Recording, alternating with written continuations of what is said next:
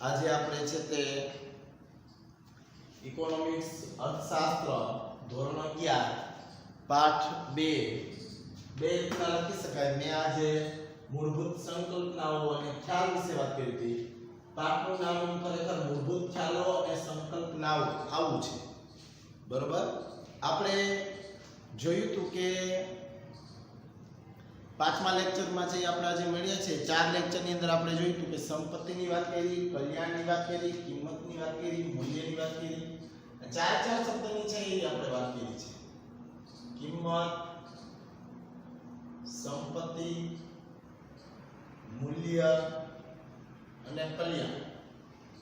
આ 4 શબ્દોની છે એ આપણે ચર્ચા કરી ગયા.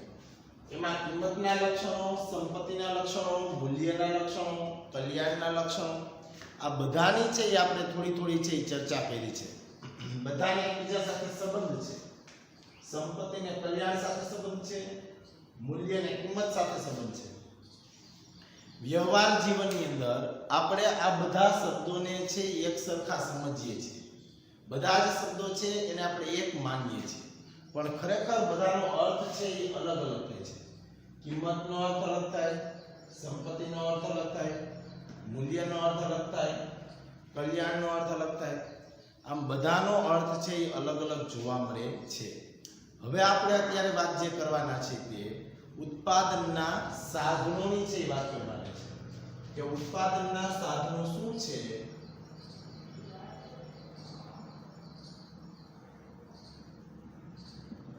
આની છે આપણે ચર્ચા કરવાની છે. માણસ મર્યાદિત જરૂરિયાતો ધરાવે છે. આ જરૂરિયાતો પૂર્તિ માટે વસ્તુઓ અને સેવાઓનું ઉત્પાદન કરવામાં આવે છે.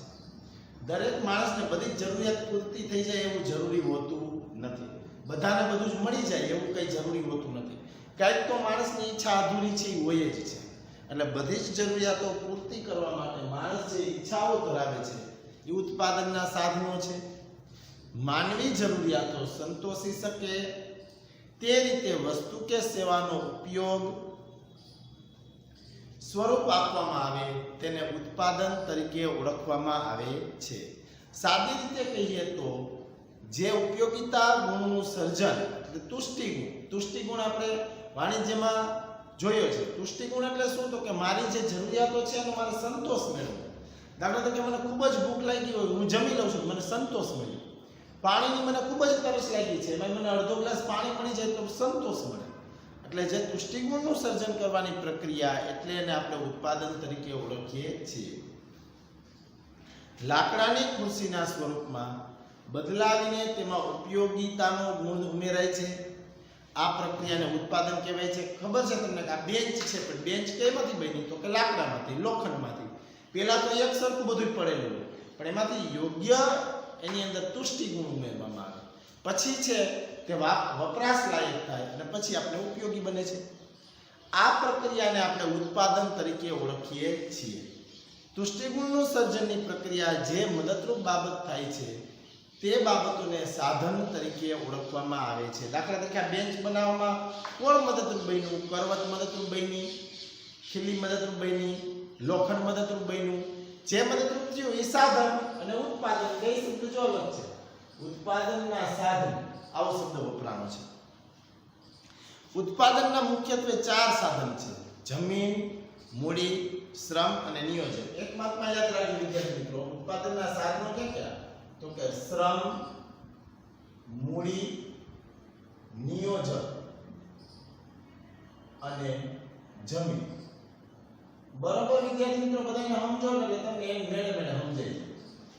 જો કોઈ પણ વસ્તુ હોય છે ને જમીનમાં જ ઉત્પાદન થાય.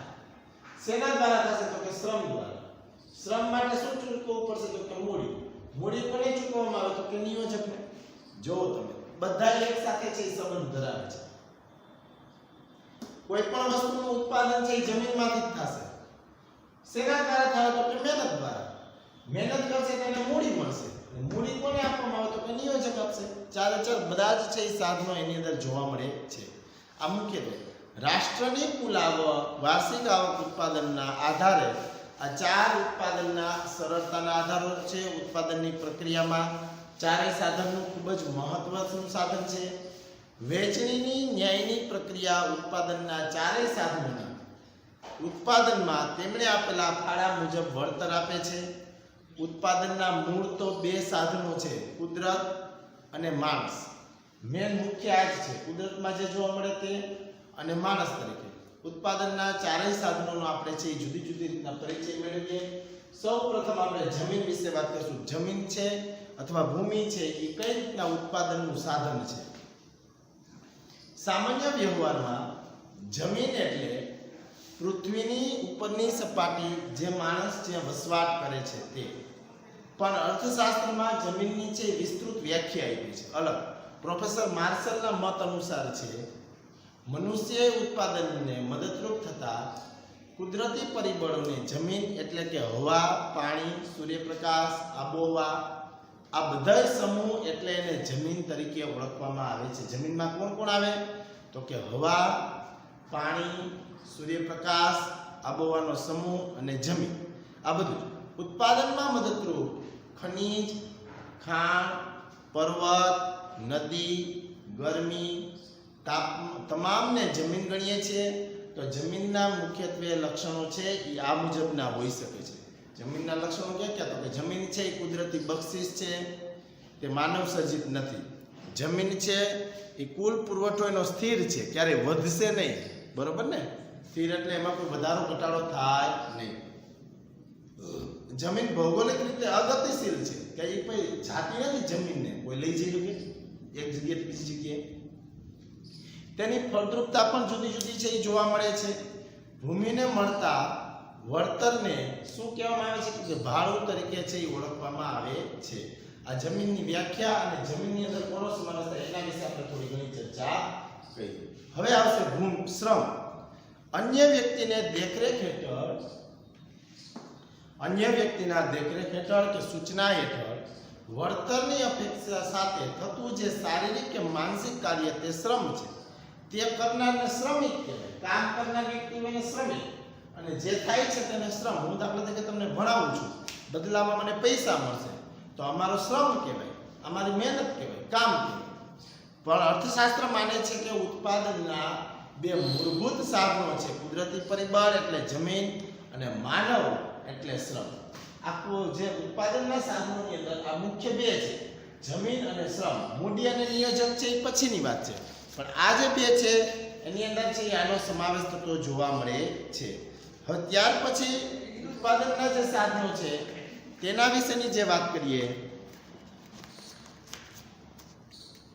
ઉત્પાદનના અગત્યના સાધનોના શ્રમના લક્ષણો છે આ મુજબ છે. જેમ જમીનના લક્ષણો છે એમ શ્રમના લક્ષણ છે. શ્રમ અને શ્રમિક અવિભાજ્ય છે, એના કોઈ બીજા કોઈ અવયવ કે એવું કઈ હોઈ શકે નહીં. શ્રમ એક જ અને શ્રમિક એક જ. પછી શ્રમ છે નાશવંત છે, સંગ્રહ થઈ શકાતો નથી. આજનું કામ મેં આજે જ કર્યું, હવે એને કે હું એમ કહું ત્યારે ભાઈ આજનું કામ હું કાલે દર્શાવી દઈશ, ન ચાલે. સામાજિક માનસિક કારણો ગતિશીલને અસર કરે છે, બધું છે એ શ્રમને અસર કરતું જોવા મળે છે. દરેક શ્રમિકની કાર્યક્ષમતા જુદી જુદી હોય છે. શ્રમને ચૂકવવામાં આવતું વળતરને શું કહેવામાં આવે છે? વેતન તરીકે ઓળખવામાં આવે છે. વેતનની વ્યાખ્યા છે, યાદ રાખજો વિદ્યાર્થી, કે શ્રમને ચૂકવવામાં આવતા વળતરને વેતન તરીકે ઓળખવામાં આવે છે. શ્રમના પુરવઠાનો આધાર વસ્તી ઉપર છે એ જોવા મળે છે. બધાના ભાગે બધાને રોજીરોટી મળવી જોઈએ એ પ્રમાણે છે શ્રમનું છે આયોજન છે એ થતું જોવા મળે છે.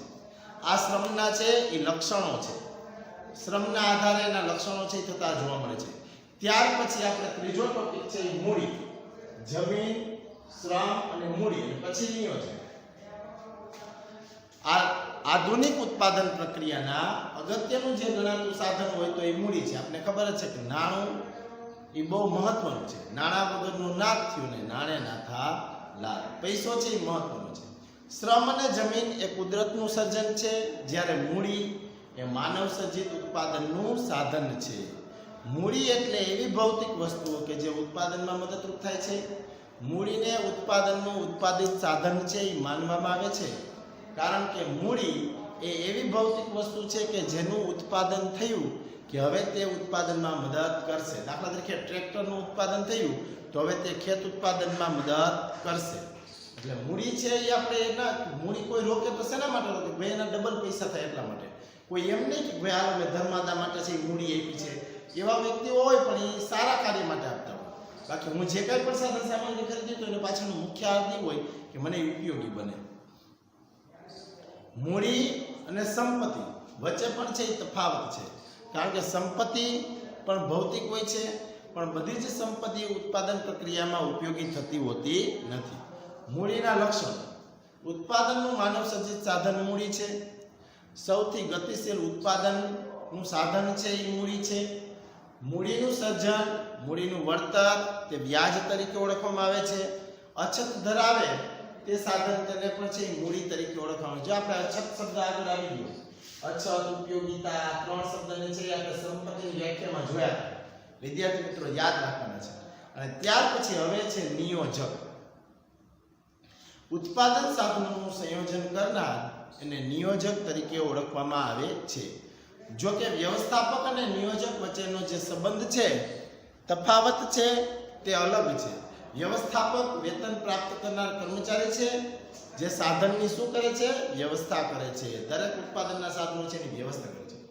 નિયોજક સ્વતંત્રપણે જોખમ ઉઠાવે છે. તેનું વળતર નિશ્ચિત નથી. જમીન, મૂડી, શ્રમના સંયોજન દ્વારા ઉત્પાદન થતા યોજીને તે આવક મેળવવાનો પ્રયત્ન કરતા જોવા મળે છે. નિયોજક ઉત્પાદનના ત્રણેય સાધનોને નિશ્ચિત રીતે વળતર આપે છે અને તેનું કોઈ વળતર નિશ્ચિત હોતું નથી. નિયોજક એટલે વ્યક્તિ, દાખલા તરીકે ત્રણેય ઉપર જે કામ કરે છે તે જમીન, શ્રમ અને મૂડી, આ આપણે સંચાલક છે, ટ્રસ્ટી આપણે જેને કહીએ છીએ, આ બધા શબ્દોને લાગુ પડે. નિયોજકના લક્ષણોની અંદર તે આર્થિક નિર્ણયો કરે છે, તે જોખમ ઉઠાવે છે. નિયોજનની શક્તિ એ અચળ હોય છે. તે વળતરના નફાને છે એ નફો તરીકે ઓળખવામાં આવે છે. નિયોજક એ શક્તિનો એક ગુણ ધરાવે છે. આ નિયોજક છે જે દરેક ઉપર કાર્ય કરે છે, ચારે ચાર ઉપર. તો વિદ્યાર્થી મિત્રો, આ ઉત્પાદનના સાધનો વિશે આપણે ચર્ચા કરી. હવે નેક્સ્ટ લેક્ચરમાં વ્યાપાર ચક્ર વિશે વાત કરશું. બરોબર, આ નિરાતે સમજી લેજો. જમીન, શ્રમ, મૂડી અને નિયોજન આ ઉત્પાદનના ચાર સાધનો છે. ચાર સાધનોને છે એ આપણે યાદ રાખવાના છે. તમે આને સમાજની અંદર પણ ભણ્યા છો.